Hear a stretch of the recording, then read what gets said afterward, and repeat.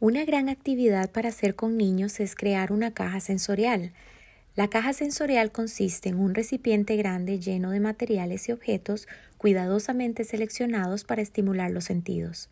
Es una herramienta maravillosa para introducir a bebés y niños a identificar conceptos de textura y peso.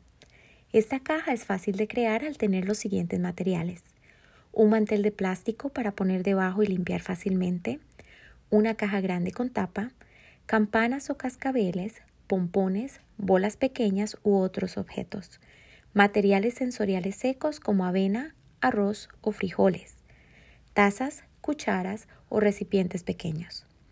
Puede agregar un tubo de cartón a la caja para que los niños también puedan experimentar aprendiendo conceptos como adentro o afuera. Esta simple actividad es ideal para el desarrollo cognitivo al sentir texturas mientras explora, desarrollo motor, porque al llenar y vaciar ayuda a su hijo a controlar los músculos para usar herramientas, y lenguaje, aprenden nuevas palabras mientras usted describe lo que está haciendo. Asegúrese de que esta actividad se realice bajo su supervisión para evitar posibles riesgos de asfixia.